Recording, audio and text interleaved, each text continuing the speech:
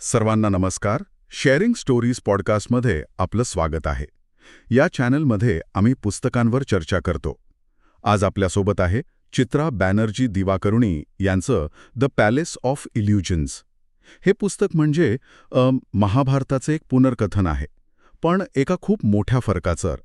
ही संपूर्ण महागाथा द्रौपदीच्या म्हणजे पांचालीच्या दृष्टिकोनातून सांगितली आहे. आणि हाच फरक या पुस्तकाला इतकं विलक्षण बनवतो, नाही का? म्हणजे आपण महाभारत वर्षानुवर्षे ऐकत वाचत आलो आहोत, पण ती नेहमीच भीष्म, द्रोण, पांडव आणि कौरवांची गोष्ट राहिली आहे. नेहमीच धर्म, राजकारण आणि युद्धाच्या भोवती फिरणारी. पण दिवाकरुणी आपल्याला त्या महायुद्धाच्या केंद्रस्थानी असलेल्या एका स्त्रीच्या मनात डोकावून बघण्याची संधी देतात. ही फक्त घटनांची मालिका नाहीये, तर एका स्त्रीच्या आशा, आकांक्षा, तिचा संताप, प्रेम आणि विश्वासघातांची एक भावनिक गाथा आहे. अगदी दृष्टिकोन बदलला की जग बदलतं असं म्हणतात. इथे तर असं वाटतं की संपूर्ण महाकाव्याचा अर्थच बदलून जातो. चला ह्याच मुद्द्यावर थोडं अजून बोलूया. जेव्हा आपण पांचालीला कथेच्या केंद्रस्थानी ठेवतो तेव्हा आपल्याला माहीत असलेल्या घटना, त्यांचा आपल्यावर होणारा परिणाम कसा बदलतो. म्हणजे उदाहरणार्थ तिचं स्वयंवर. आपल्याला ते फक्त एका पराक्रमी वीराने जिंकलेली स्पर्धा म्हणून माहिती आहे, पण पांचालीसाठी त्याचा अर्थ काय होता? खूप महत्वाचा प्रश्न आहे हा. पुस्तकात लेखिका दाखवतात की स्वयंवर हे तिच्यासाठी निवडीचं स्वातंत्र्य नव्हतंच. ते एक प्रकारे तिच्या नियतीवर शिक्कामोर्तब करणारी राजकीय घटना होती. तिचं मन कर्णाकडे झुकत असतानाही तिला अर्जुनाला पती म्हणून स्वीकारावं लागलं, आणि त्यानंतर एका क्षणात तिला 5 पुरुषांमध्ये विभागलं गेलं. आपण ह्या घटनेकडे आईची आज्ञा म्हणून पाहतो, पण दिवाकरुणी आपल्याला तिच्या नजरेतून तो धक्का, तो अपमान, ती असहाय्यता अनुभव देतात. तिचा वैयक्तिक प्रवास आणि तिची राजकीय नियती जन्मापासूनच कशी एकमेकांत गुंतलेली होती हे पुस्तक फार प्रभावीपणे दाखवतं. Bring your book to life with AI. Plotsformovies.com helps you create movie-like trailers for your book, allowing filmmakers to visualize your story just the way you imagined it while writing. Enhance the storytelling experience to a whole new level with realistic characters, immersive voiceovers, and cinematic sound effects. No more boring stock images or generic clips. Captivate your audience, spark curiosity, make readers and filmmakers eager to explore more. Plotsformovies.com, where your story becomes cinema. हो, आणि याच गुंतलेल्या नात्यांमध्ये मला कृष्णासोबतच्या तिच्या मैत्रीबद्दल अधिक जाणून घ्यायचं आहे. हे नातं खूप गुंतागुंतीचं आणि सुंदर आहे. तो तिचा सखा आहे, मार्गदर्शक आहे, पण त्या पलीकडेही काहीतरी आहे असं वाटतं. ते नातं तिच्या पतीसोबतच्या नात्यापेक्षा वेगळं कसं आहे? त्याला सोबती आत्म्यांचं म्हणजे किंड्रेड स्पिरिट्स असं म्हणता येईल. तिचे 5 पती तिच्यावर प्रेम करतात, पण ते तिला कधीच पूर्णपणे समजू शकत नाहीत. ते धर्माच्या, कर्तव्याच्या, राजसत्तेच्या चौकटीत अडकलेले आहेत. कृष्ण हा एकमेव आहे जो तिच्या मनाच्या आत पाहू शकतो. तो तिच्या रागाला, तिच्या महत्वाकांक्षेला आणि तिच्या असुरक्षिततेला ओळखतो. त्यांचं नातं बरोबरीचं आहे. ती त्याच्याशी वाद घालू शकते, त्याला प्रश्न विचारू शकते, जे ती तिच्या पतींसोबत कधीच करू शकत नाही. ही मैत्री तिला त्या पुरुषप्रधान जगात एक बौद्धिक आणि भावनिक आधार देते. हे ऐकून माझ्या मनात एक धाडसी विचार येतो, जो लेखिकेने पुस्तकात मांडला आहे. तो म्हणजे कर्णाबद्दल तिच्या मनात असलेलं एक अव्यक्त आकर्षण. हे फक्त एक रोमॅन्टिक अँगल नाहीये, हो ना? याच्यामागे खोल अर्थ दडलेले आहेत. नक्कीच. खरं तर हे या पुस्तकातलं सर्वात आकर्षक आणि विचार करायला लावणारं प्रकरण आहे. कर्णाबद्दलचं तिचं आकर्षण हे केवळ त्याच्या देखण्या रूपासाठी किंवा पराक्रमासाठी नाहीये. तिला त्याच्यात स्वतःचं प्रतिबिंब दिसतं. दोघेही जन्माने श्रेष्ठ पण नियतीने नाकारलेले. दोघांनाही त्यांच्या हक्काची ओळख मिळाली नाही. कर्ण सुतपुत्र म्हणून हिणवला जातो, तर तिची ओळख 5 पतींची पत्नी म्हणून विभागली जाते. तिला वाटतं की कर्ण हा एकमेव माणूस आहे जो तिचा अपमान, तिची वेदना समजू शकेल. हे आकर्षण म्हणजे व्यवस्थेविरुद्ध, त्या धर्माच्या कठोर नियमांविरुद्ध तिच्या मनात असलेल्या बंडाचं प्रतीक आहे. वा, म्हणजे हे आकर्षण तिच्या स्वतःच्या अतृप्त इच्छा आणि न्यायाच्या शोधाचं प्रतिबिंब आहे. ही गोष्ट कथेला एका वेगळ्याच उंचीवर नेते, आणि याच उंचीवरून आपण त्या शीर्षकाकडे पाहू शकतो, द पॅलेस ऑफ इल्युजन्स, माया महाल. हा महाल फक्त एक वास्तू नव्हता, तो तिच्यासाठी एका मोठ्या भ्रमाचं प्रतीक होता. तो भ्रम नेमका काय होता? तो भ्रम होता स्थिरतेचा, आनंदाचा आणि नियंत्रणाचा. इंद्रप्रस्थातला तो महाल तुझ्या कर्तृत्वाचं, तिच्या स्वप्नांचं प्रतीक होता. तिला वाटलं होतं की तिने स्वतःचं एक जग निर्माण केलं आहे, जिथे ती सुरक्षित आहे, जिथे तिचा सन्मान आहे. तो तिच्या अभिमानाचा शिखर होता. पण तोच महाल तिच्या सर्वात मोठ्या अपमानाचा साक्षीदार बनला.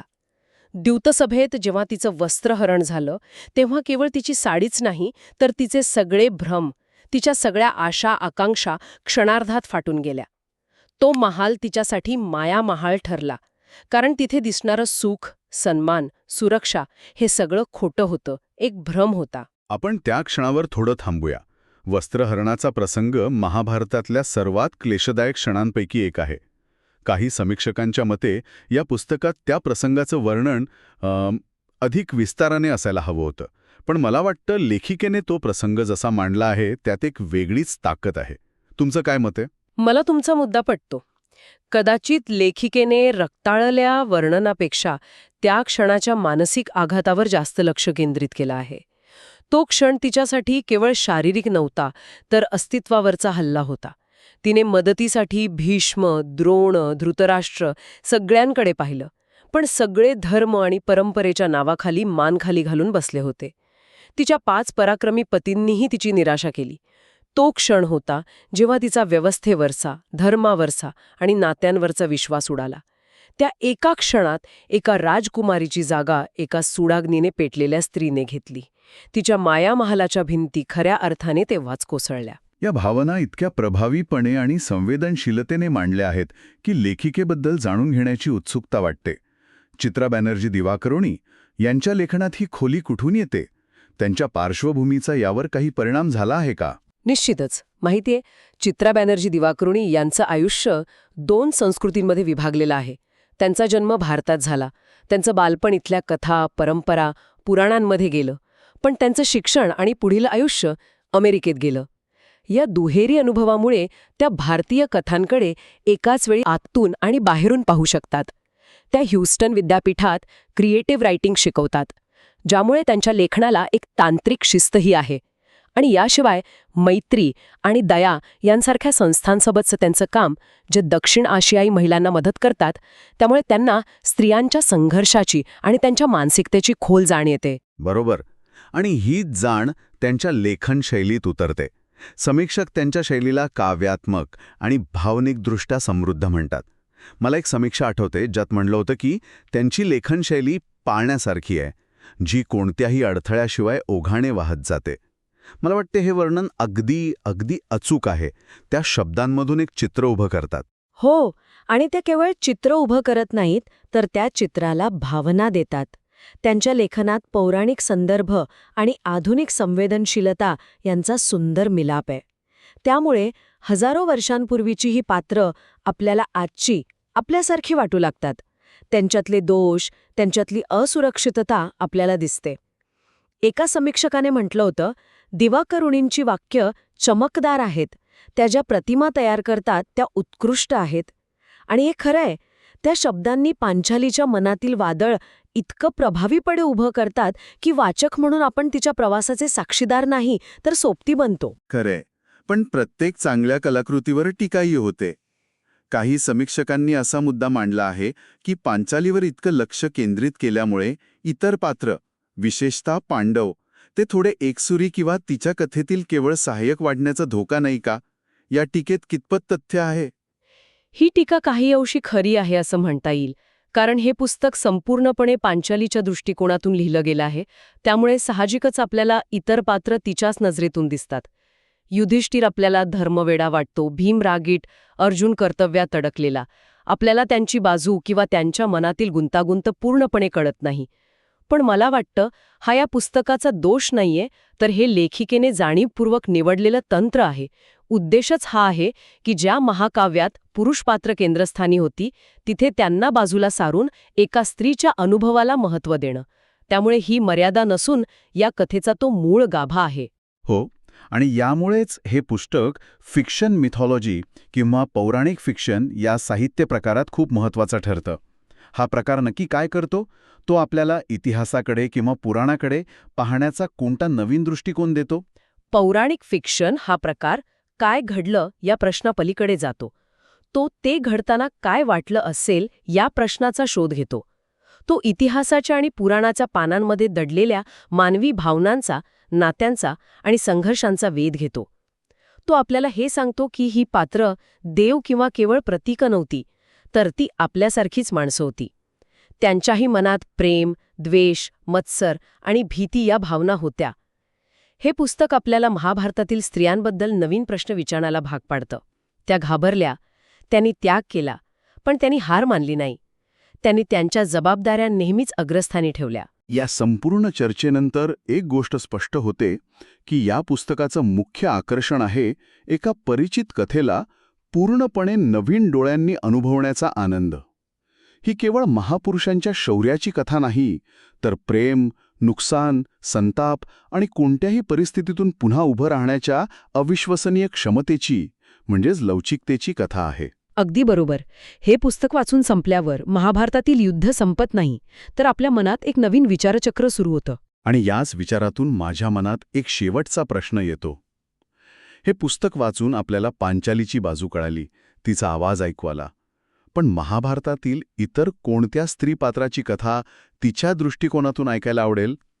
कुंतीची, जिने आपले पुत्र आणि नियती यांच्यात आयुष्यभर संघर्ष केला, की गांधारीची, जिने पतीसाठी डोळ्यांवर पट्टी बांधली आणि 100 पुत्रांचा मृत्यू पाहिला, की कदाचित हिडिंबा किंवा उलुपीसारख्या दुर्लक्षित पात्रांची? हा विचार करण्यासारखा प्रश्न आहे. आम्ही sharingstories.in वर #PushingIndianAuthors या मोहिमेद्वारे भारतीय लेखकांची पुस्तके लोकांपर्यंत पोहोचवत आहोत. या कंटेंटला plotsformovies.com यांचं समर्थन आहे. ही एक AI सक्षम बुक ट्रेलर प्लॅटफॉर्म आहे, जिथे पुस्तक खरेदी करण्यापूर्वी त्याचा 1 मिनिटाचा ट्रेलर पाहून पुस्तकाबद्दल अधिक चांगल्या प्रकारे समजू शकता. जर तुम्हाला आमचं काम आवडत असेल तर कृपया आमच्या चॅनलला सबस्क्राईब करून आम्हाला पाठिंबा द्या. हे पुस्तक खरेदी करण्याची लिंक डिस्क्रिप्शनमध्ये दिली आहे, तिथून तुम्ही हे नक्की विकत घ्या आणि वाचा. आणि जाता जाता तुमचं भारतीय लेखकाचं आवडतं पुस्तक कोणतं आहे हे आम्हाला कमेंट्समध्ये नक्की सांगा. पुन्हा भेटूया पुढच्या भागात. धन्यवाद.